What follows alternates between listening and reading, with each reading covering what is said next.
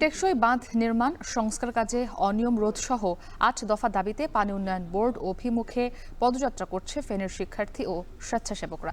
এ নিয়ে আরও জানাতে যুক্ত হয়েছেন সোলায়মান ডালিম। ডালিম, পদযাত্রায় অংশগ্রহণকারীদের আর কি দাবি রয়েছে বিস্তারিত জানাবেন।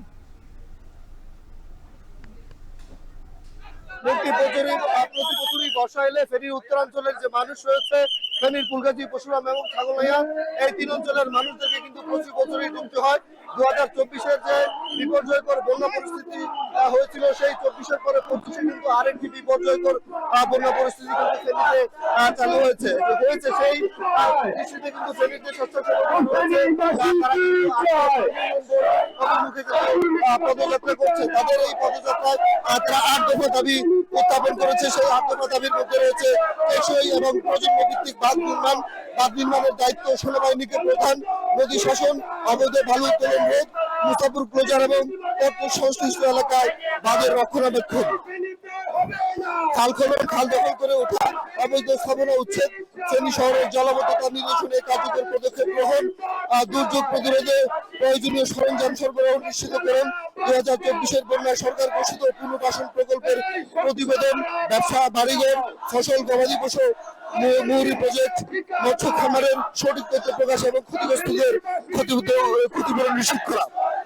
স্থানীয়রা যেটি বলছেন, প্রতি বছরই বর্ষা এলে মৌরিকৌয়া এবং সিলেটের নদীর পাড়ে যে বন্যা তৈরি হয়, যে বন্যায় কিন্তু হাজার হাজার কোটি টাকার সম্পদ কিন্তু নষ্ট হয়।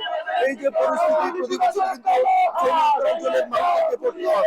এই পরিস্থিতি থেকে উত্তরণের জন্য পানি উন্নয়ন বোর্ড থেকে শুরু করে জেলা প্রশাসনের যে উদ্যোগ, সে উদ্যোগ কিন্তু প্রতি বছরই ফেনীর যে স্থানীয় মানুষ রয়েছে তাদেরকে হতাশ করছে এবং তাদের সম্পত্তির বিনাশ করছে। যে পরিস্থিতিতে তারা কিন্তু ফেনীর উত্তরাঞ্চলে একটি টেকসই প্রজন্মভিত্তিক বাঁধের দাবি করছেন, যে বাঁধটি তাদের দীর্ঘদিনের যে ভোগান্তির জীবন, সেই ভোগান্তির জীবন থেকে মুক্তি দিবে বলে তারা আশা করছেন। স্থানীয়রা আরো যেটি বলছেন যে এই বাঁধটি যদি নির্মাণ করা হয় এবং সঠিকভাবে, তাহলে তাদের দীর্ঘদিনের যে ভোগান্তির জীবন রয়েছে, সেই ভোগান্তির জীবন থেকে কিন্তু তারা মুক্তি পাবেন। অপরদিকে পানি উন্নয়ন বোর্ড যেটি বলছেন যে প্রতি বছর তারা যে এই উদ্যোগের স্থানীয়দের যে উদ্যোগ রয়েছে এবং আজকে যে স্বেচ্ছাসেবকদের যে উদ্যোগ, সেই উদ্যোগের বিষয়ে তারা কিন্তু ওয়াকিবহাল রয়েছেন এবং 7,000 কোটি টাকার যে প্রকল্প রয়েছে, সেই প্রকল্পটি বাস্তবায়ন হলে